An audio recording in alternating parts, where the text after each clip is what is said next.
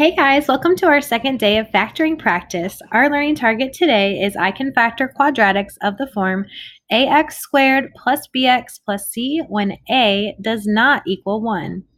So far when we've just been given quadratic trinomials, a has been 1. So we have not had to worry much about what goes in front of those x's in our two binomials that we factor to. So when we're factoring quadratics now with a not equal to 1, we have more to consider than we did before. Instead of only having to think about b and c, we also have to consider A and its effect on B and C.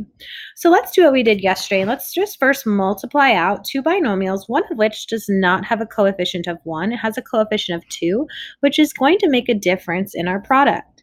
So when I take 2x times x, I have 2x squared. 2x times 1, that is 2x. 3 times x is 3x, and 3 times 1 is 3. And now I combine my two middle terms, and I get the trinomial 2x squared plus 5x plus 3. Now, yesterday when we were doing this, our factors of c added to our middle term b. Well, that doesn't happen today because we do have 3 and 1, and yes, they multiply to 3. But 3 plus 1 does not equal 5. So how did we get 5? Well, that all comes from this coefficient on one of our x's in the binomial. It affected this term when I multiplied 2x times x. That was 2x. So that changed it. And now I have a 5 there in the middle. So when I'm trying to factor quadratic trinomials like the one we just got, I have to consider how is this 2 affecting my b value.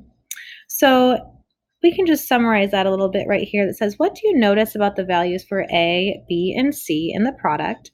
Well, in our product, a is 2. Now that 2 came from the coefficient on one of the binomials, okay? But b is now 5, so b has been affected by the a value.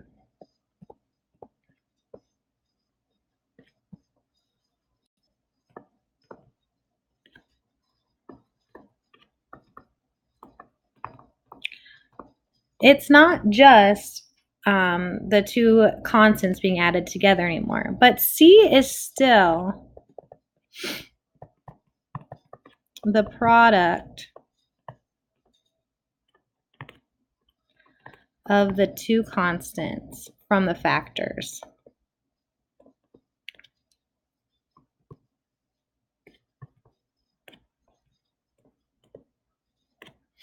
Okay, so now that we know our b is affected by whatever coefficient we have on our x's and our binomials, we have to consider that when we're factoring. So let's do some examples. I'm only going to do half of the examples. We're going to do the rest in class. Factor completely. Remember to take out any GCF first. So first of all, I look at letter A, and I have 2x squared plus 5x plus 2. There is no GCF of 2, 5, and 2. So I start off and I think, okay, my first terms here with the x's, what could multiply to give me 2x squared? Really, my only options are 2x and x. So I've already got that figured out. Now remember, our c still comes from whatever numbers we put here. Well, luckily c is a prime number, and I only have 1 times 2. But now because I have this 2 as a coefficient out here in front, I do have to consider that if I was going to multiply these two binomials back together, that 2x is multiplied by whatever number I put there. And then this 1x is multiplied by that. So the number I put in this spot is going to be multiplied by 2. And then when I add it to the other one that I get from the middle multiplication, I'm going to want to get 5. That's my b value. Okay, so let's just see, and I'm just going to, this is guess and check. I'm going to try this out. I'm going to put my 2 here and my 1 here. Okay, so that would give me 2x times 1. That would be 2x. And then x times 2 is also 2x. Does 2x plus 2x give me 5x? No. So that's not what I wanted to do. Let me try switching them. I'll put the 1 here and the 2 here.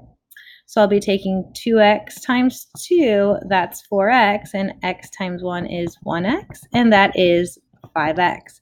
Now I didn't put my signs in here, but these would both be addition since everything is addition in our trinomial. So those are 2 factors. Looking at letter C, I also have a coefficient of my a value of 2 on my x squared. So again, I know this has to be 2x and x. Unfortunately, 24, my C value has a few more factors than the number 2 did. So I could do 1 and 24, I could do 2 and 12, I could do 3 and 8, 4, oops, what am I doing? 4 and 6. And let's see, I think that's all. Okay, so let's think about like we did in example A. This 2 is going to be multiplied by whatever I get here, and the number here is just multiplied by 1. So I'm going to go through my factor pairs, and I'm going to pick the pair that adds to 19 once I have multiplied one of the factors by 2. And you can plug them in and check it. I'm just going to do this over here in my head. If I do 1 and 24, if I took 1 times 2, I would get 2. And 2 plus 24 is definitely not 19, so I don't want that. If I took 2 times 24, I would get 48, and add 1, that would be 49. So this is not going to work out for us. So let's try a different one. Let's try 2 and 12. So let's first take 2 times 2. Let's say we put that there. If I did that, that would give me a 4, and then plus 12 gives me 16, not 19. So that didn't work. What if I did then 2 times 12? Well, that's 24 plus 2 is 26. That also does not work. So that's not going to be our one.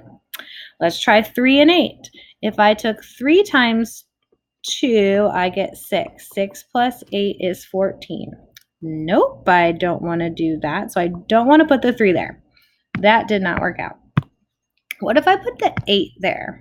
If I did 8 times 2, that would be 16, and then add the 3, that's 19. Hey, that's our number we want.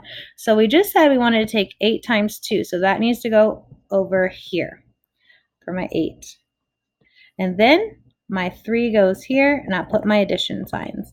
Hey, we can check our answer too if we want. Just multiply these back together.